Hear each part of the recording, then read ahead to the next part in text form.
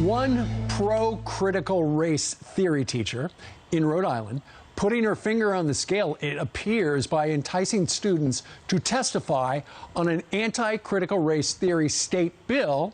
And if they did that, they would get extra credit in her class. In an email to her students, the teacher writing, quote, "This bill essentially states that there should be no discussion of race or gender in classrooms.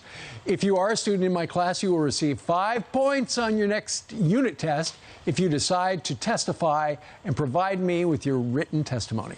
Here's the reaction as the president of Parents Defending Education and a member of the Independent Women's Forum, Nicole Neily. Hey, Nicole, good morning to you. Thanks for having me.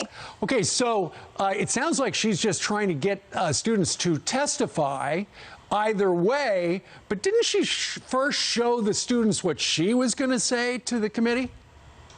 Yes, and so she said she was looking for student voices to add to her testimony to make it stronger. And so, you know, this very obviously overlooks the power dynamic between a student and a teacher. Students want good grades. They know what is expected of them.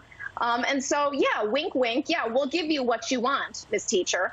And it's disappointing because this is obviously a coordinated campaign to oppose this bill. Sure. So using kids in a classroom to push an agenda, a political agenda. And she was asking the students to become political.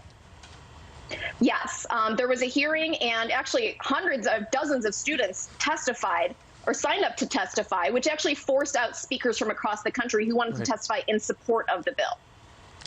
You know, I think it was Ilhan Omar said that this is not really happening in any schools across the country. Is it? Is it happening there in Arlington, Virginia? It is happening everywhere. We have a tip line. We're receiving between 100 and 200 tips a week from across the country. Public schools, private schools, parochial schools, red states, blue states. It's everywhere.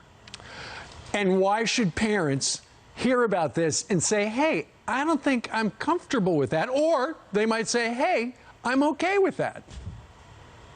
Right. Certainly, people should know what is happening in their classrooms, because bear in mind, this is being done to our children with our tax dollars in our name. Everybody has the right to know what their child is learning. And if you don't like how your child is being taught about issues such as race, such as gender, such as politics, you should be able to go and talk to your school about it. But schools are discouraging that and shaming families. Yeah. Do we have any idea how many students actually, at the suggestion of this teacher, did testify for extra credit? I believe 40 had signed up, although most of them did not actually answer the phone. All right. Interesting stuff.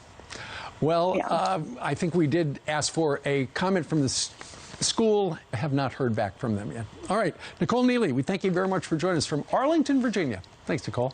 Thank you.